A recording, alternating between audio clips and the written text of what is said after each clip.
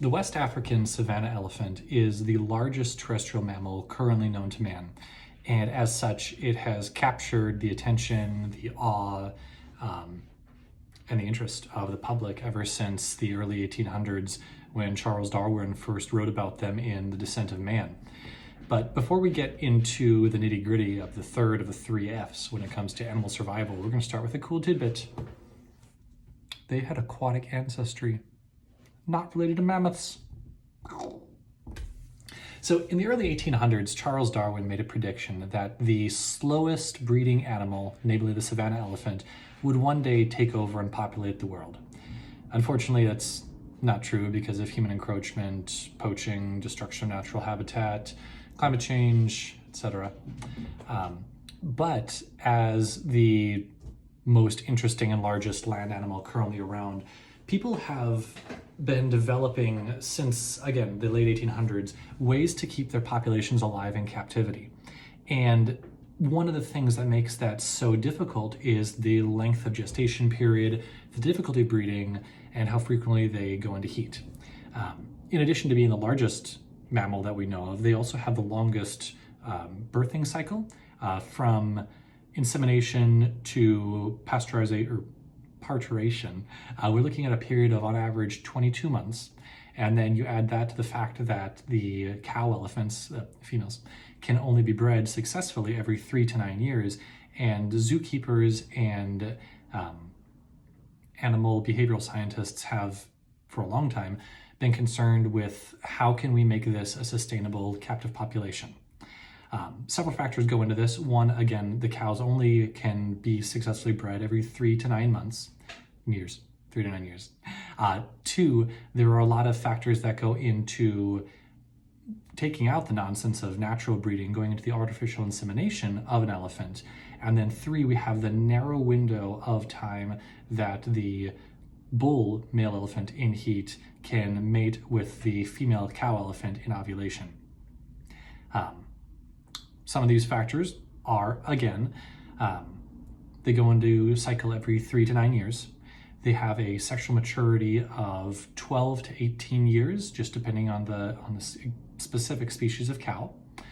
The timing for a bull elephant who goes into, in some animals it's called a rut, with the elephant it's called a must cycle, M-U-S-T-H, which can occur every year, every 2 years, and is, maddeningly enough, not seasonally linked, unlike the cow elephants who are seasonally linked. So on basis, bull elephant goes into must, starts secreting all kinds of weird things, gets hyperagitated as his testosterone increases. However, as we do know, a heavy influx of testosterone can actually kill the sperm cycle of the little spermy dudes and make them less motile. They are no longer viable for insemination.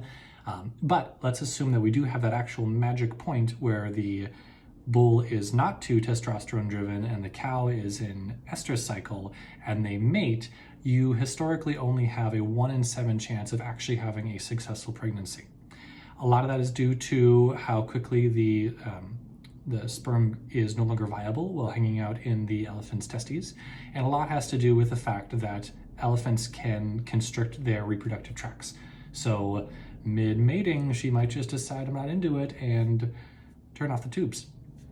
That's why we've been focusing, and by we I mean the zoological scientists that I've been studying, have put so much emphasis on artificial insemination, which again has a lot of issues in terms of, since there is such a narrow window that these bulls are producing viable sperm, narrow window in terms of how they can capture that, a lot of which is done through electroejaculation and then further filtering for cryopreservation to be able to use whenever the cow is in heat. So we have the cryopreserved sperm inseminated in the elephant with a really big turkey baster led by an endoscope, and then we wait until the, in elephant terms, first trimester, which can be up to 6 months post-insemination, to see if it actually took. Should it actually take, then the zookeepers have to start the countdown on the biological clock, going to 22 months, where all host of nasty things can happen to the elephant, be it hypercalcemia leading to a malformation of the bones, be it malpresentation in the birthing canal. So at the time of actual birth, they can't get out. Whole host of things you can read about in the paper. But once we get actually through that whole process, through the insemination, through the carrying of the fetus until a point where it can be developed, we then run into the final of the maddening things when it comes to controlling and vitalizing a captive elephant population, which is the birthing process. Now, elephants can do, again with the constriction, they can do this really unique thing where if they're just not feeling it, they can hold on to a fetus until it dies in utero and will literally be passed out as a mummified fetus up to 9 years post when it should have been. Relating to the fact that they have aquatic ancestry, another interesting thing about the birthing process is the elephant in the uterus hangs far lower than the vaginal opening. So in order to get the fetus out, the elephant frequently has to contort her body, roll on her back to be able to get to a period where the calf can drop out. So a lot of issues, all very fascinating. Thanks for watching.